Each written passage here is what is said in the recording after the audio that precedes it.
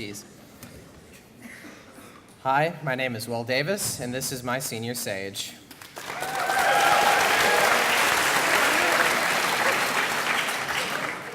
Before we start this thing, there's a little something I wanted to say. Hi, Callie. Now, on to the sage. We're going to start this out with a little experiment.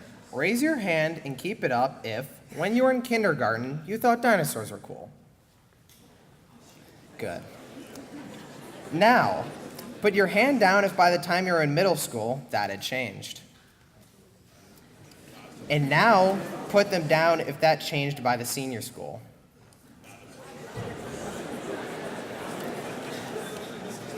To those of you whose hands are still up, I am one of you, holding on to something that I found cool when I was little. But during the middle school, my absolute fascination with them began to waver. I originally thought that it was just me growing out of little kid stuff. It was normal. It was to be expected. But was it really? Spoiler alert, I didn't grow out of it. After all, I did just start this talking about dinosaurs.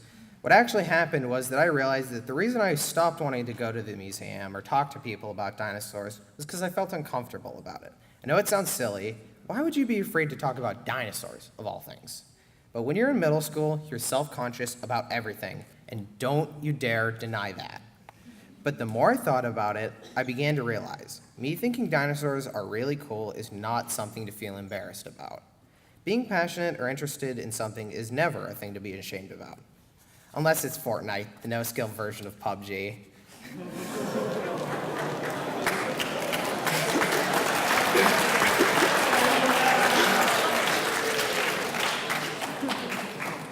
I'm just messing with all you up-and-coming Fortnite streamers, but that's besides the point.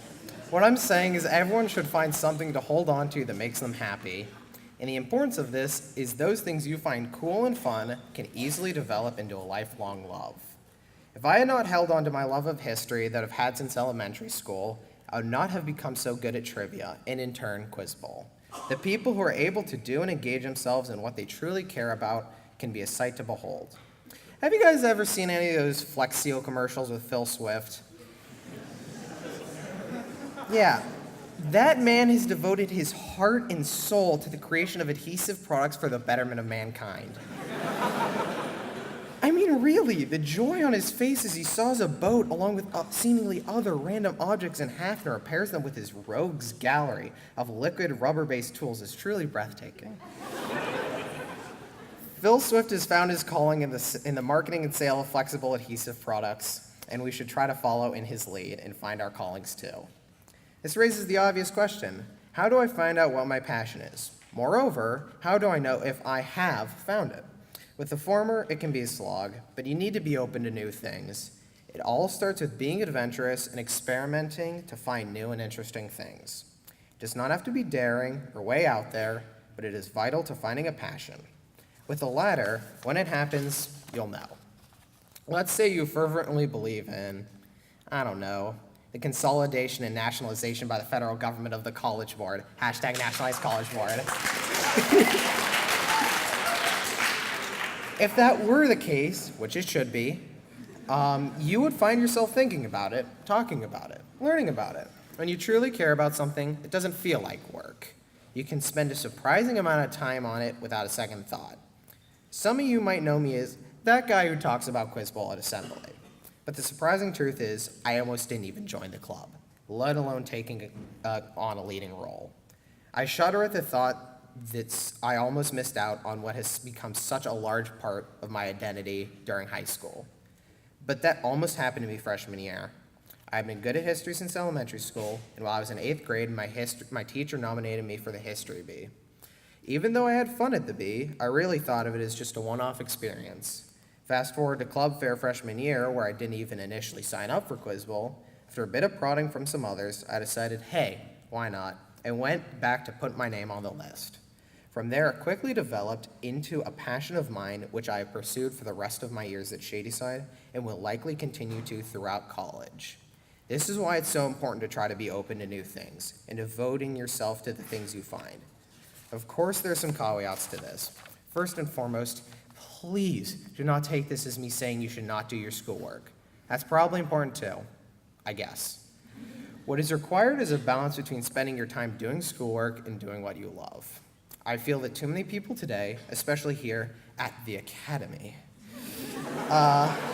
do not allow themselves enough time to pursue potential interests, but instead tunnel vision on their work.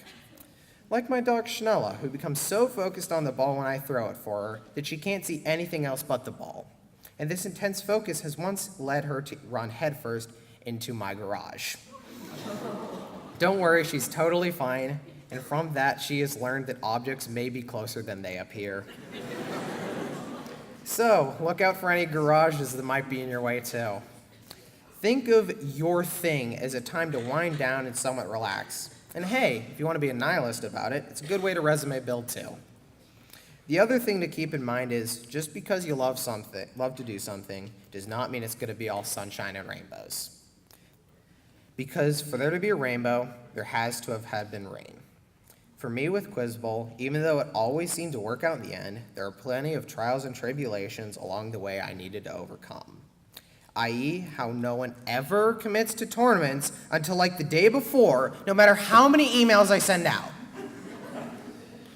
Nevertheless, you have to roll with the punches, and it's going to take a lot of work. When you come out at the other side, it will have undoubtedly all been worth it. All this plays into a much bigger and more important theme, that of self-discovery.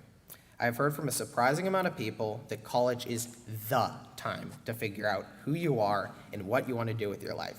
But to be quite honest, you're probably going to be somewhat busy in college. There's nothing wrong with starting down the path to self-discovery while you're still at the senior school. You don't have to do anything too serious. I still have plenty of self-reflection and discovery to do myself. But if I had not started looking in and looking out, I would not be the person I am now. By the time today's freshman class are seniors, the world will have changed in ways none of us could have foreseen. For example, Fawad might actually beat me in a fair Pokemon battle, or Mr. Kappa might finally give me the dime he owes me.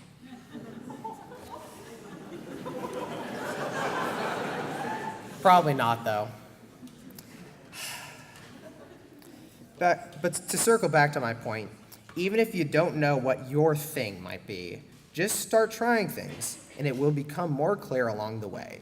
My grandfather used to say that most people don't know what they want to do, but when you get out in the world, you'll quickly start realizing what you don't want to do, and through that, discover what you do want to do.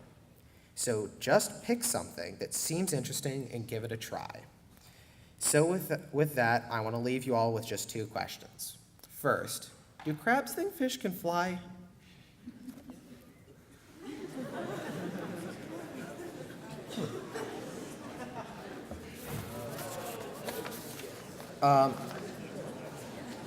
And secondly, what can you do today and the next day and every day thereafter to find and do what you love? Thank you.